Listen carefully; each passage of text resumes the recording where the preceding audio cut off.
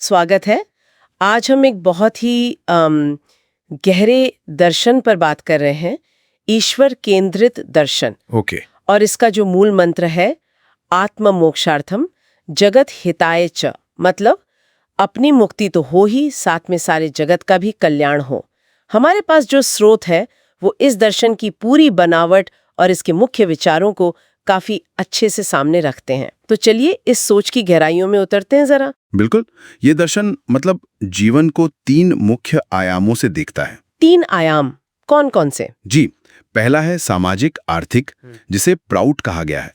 ये संसाधनों के आप कह सकते हैं न्यायपूर्ण वितरण और उनके बेहतरीन उपयोग पर जोर देता है। अच्छा, प्राउड, ठीक है। दूसरा है मानसिक बौद्धिक, इसे नव्य मानवतावाद कहते हैं।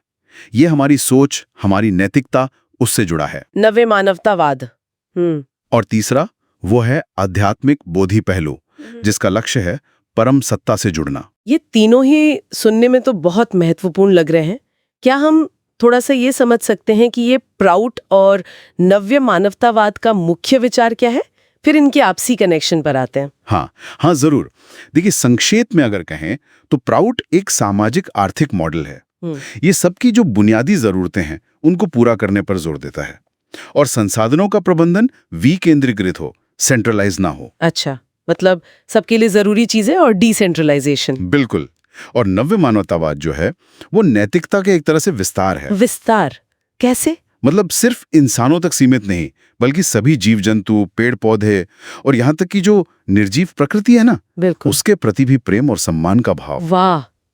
और खास बात यह है कि ये तीनों, प्राउड, नव्य मानवतावाद और जो आध्यात्मिक साधना है, ये आपस में गहरे जुड़े हुए हैं। इनमें संतुलन साधना ही असली में मुक्ति का रास्ता है।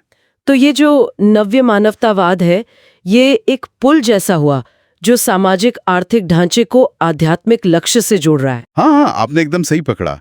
स्रोत में एक बहुत ही सुंदर उपमा भी दी गई है तांत्रिक चिड़िया की। हाँ, वो मैंने पढ़ा। जैसे उसके 2 पंख होते हैं, आगम यानी सहज ज्ञान और निगम यानी तर्क, वैसे ही इस दर्शन में आध्यात्म रूपी चिड़िया का एक पंख है प्राउड और दूसरा है नव्य मानवतावाद। अच्छा। और इसी संतुलन से ये चिड़िया परम सत्य की ओर उड़ान भरती है। ये तो वाकई एक बहुत शक्तिशाली तस्वीर है। मतलब जीवन के अलग अलग हिस्सों को ऐसे एक साथ देखना। और ये सिर्फ कोई कल्पना की बात नहीं है। नव्य मानवतावाद का व्यवहारिक पहलू भी है। उसमें 2 तरह की सेवा बताई गई है। सेवा? अच्छा। पहली है अजैव दर्शन। इसका मतलब है प्रकृति की जो निर्जीव चीजें हैं, पहाड़, नदियां, मिट्टी, हमारा पर्यावरण, उनका सम्मान करना, उन्हें नुकसान न पहुंचाना। अच्छा, तो इसका मतलब ये हुआ कि कोई भी अगर हम विकास का काम कर रहे हैं, मान लीजिए ट्यूबवेल लगा रहे हैं या कोई बिल्डिंग बना रहे हैं, तो उसमें भी पर्यावरण का संतुलन सबसे ऊपर रखना है। ये तो आज की दुनिया के लिए कितना कितना जरूरी है। हाँ बिल्कुल।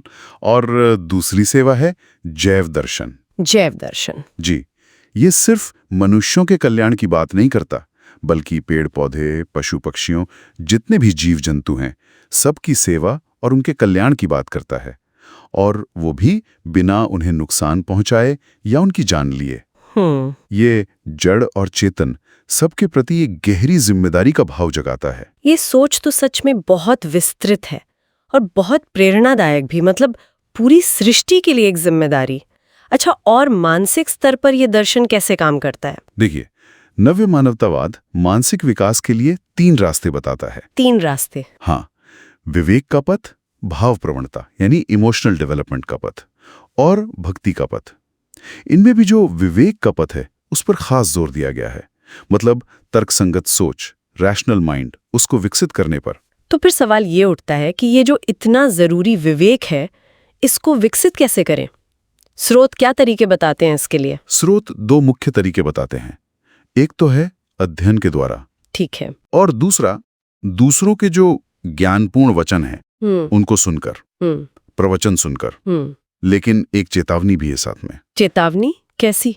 कि इन दोनों ही तरीकों में गलतियां हो सकती हैं। या तो हमारी अपनी अज्ञानता की वजह से, या फिर समय और हालात बदलते हैं ना, तो पुरानी जानकारी शायद उतनी सही न रह जाए।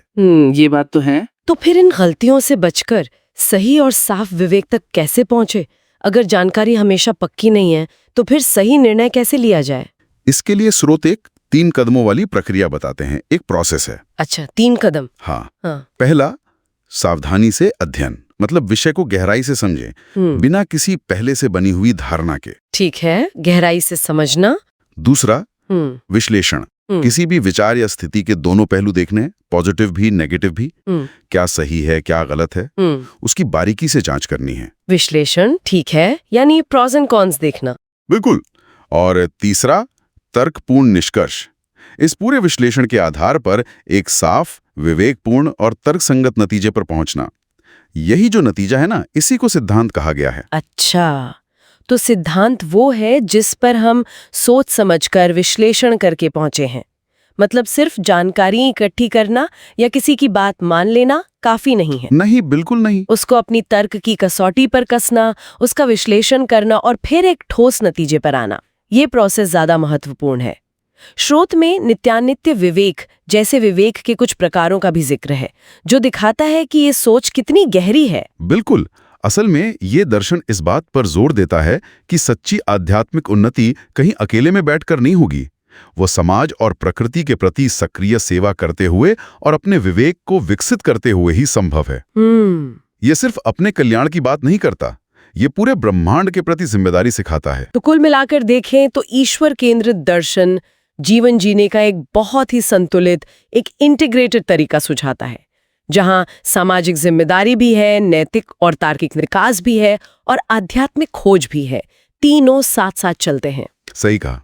और ये जो विवेक के जरिए सही सिद्धांत तक पहुंचने की बात है, ये आज के इस इंफॉर्मेशन ओवरलोड वाले युग में वाकई रास्ता दिखाने वाली लगती है। बिल्कुल। ये एक ऐसी दृष्टि है जो इंसान को अपने अंदर की दुनिया और बाहर की दुनिया दोनों के साथ एक सामंजस्य, एक हार्मनी बनाने के लिए प्रेरित करती है। तो आज की इस चर्चा के बाद मेरे मन में ये सवाल आ रहा है, और शायद हमारे सुनने वालों के मन में भी आए, कि आज की ये जो भागदौड़ भरी जिंदगी है, इसमें ये त्रिस्तरीय संतुलन, सामाजिक, मानसिक और आध्यात्मिक, इसे कैसे पाया जा सकता है? ये एक बड़ा सवाल है। एक पूर्ण निष्कर्ष तक पहुंचने की प्रक्रिया हमने समझी। क्या ये हमारे रोजमर्रा के छोटे बड़े फैसलों को बेहतर बनाने में हमारी मदद कर सकती है? इसी विचार के साथ आज की ये गहरी चर्चा यहीं समाप्त करते हैं।